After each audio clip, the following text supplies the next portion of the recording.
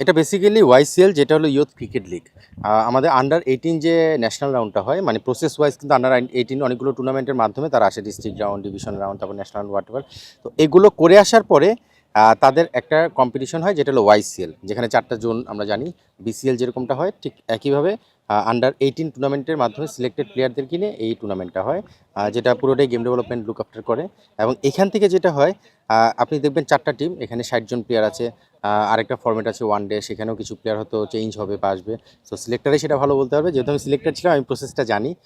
তো স্বাভাবিকভাবেই এই টুর্নামেন্টটা যখন শেষ হবে সেখান থেকে আন্ডার 19 একটা দল গঠন হবে, যেটা 2028 ওয়ার্ল্ড কাপ খেলবে। সো এটা আপনি যদি সেভাবে চিন্তা করেন, এই টুর্নামেন্টটা খুবই গুরুত্বপূর্ণ, বিকজ এটার মাধ্যমে কিন্তু 19 প্লেয়ার সিলেকশন, পাশাপাশি 2028-এ যে একটা গোল সেট হবে, যেটা 1.5 বছরের একটা লম্বা সফর, সেই সফরের প্লেয়াররা এই টুর্নামেন্টের মাধ্যমে সিলেক্ট হবে। Presenting Walton Crystal Series. Switch to premium. Switch to Crystal. So নিশ্চিতভাবেই বোঝা যাচ্ছে এই টুর্নামেন্টের গুরুত্বটা কত, এবং গেম ডেভেলপমেন্ট পুরোপুরি সহায়তা করার চেষ্টা করে, যতটা যেভাবে করে টুর্নামেন্টটাকে হাইপ রাখা যায় এবং বেনিফিটগুলো ইনশিওর করা যায়। এবং আপনি দেখবেন যে টপ কোচরাই কিন্তু এখানে কাজ করে। সো স্বাভাবিকভাবেই প্লেয়াররাও সেভাবে চিন্তা করে যে 19-এর যে স্বপ্ন, সেটা সাকসেসফুল করার জন্য বা সেই স্বপ্নটা পূরণ করার জন্য এই ওয়াইসিএল টুর্নামেন্টটা পার্টিসিপেট করে। আমি এটাকে সাধুবাদ জানাই।